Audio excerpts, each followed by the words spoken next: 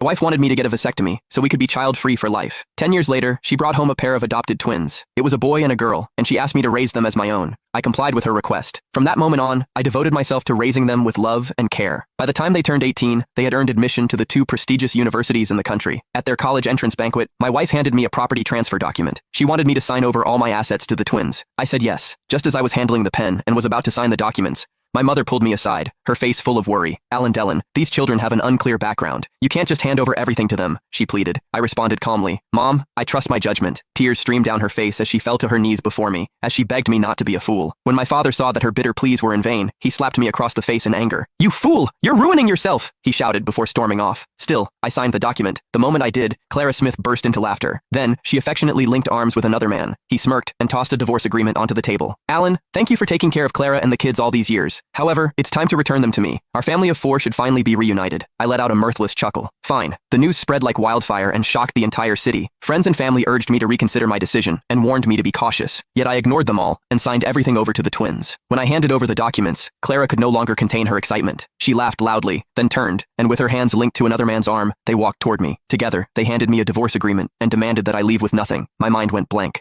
I stared at her in disbelief, a sharp pain stabbing through my heart because I had just been betrayed by the person that I trusted the most. Now, as I stared at the divorce papers, my eyes burned with rage. I bellowed at them as my voice shook with fury. "Clara, are you telling me you have been with Sean Lamar behind my back all this time?" Sean was one of my employees. Sean smiled calmly. "Alan, don't be upset.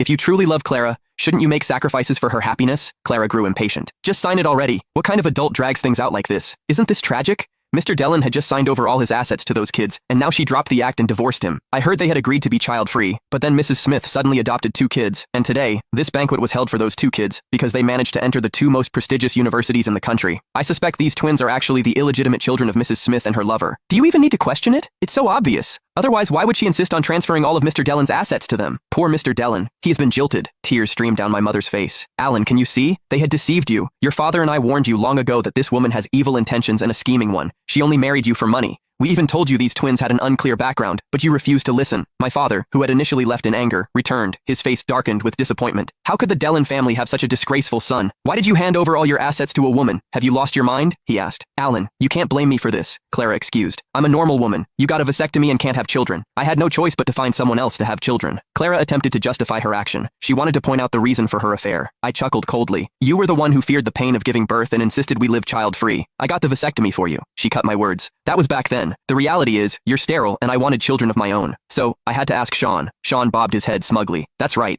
Can a man who is sterile still be called a man? Sounds more like a eunuch to me." Laughter erupted throughout the banquet hall. Clara remained quiet.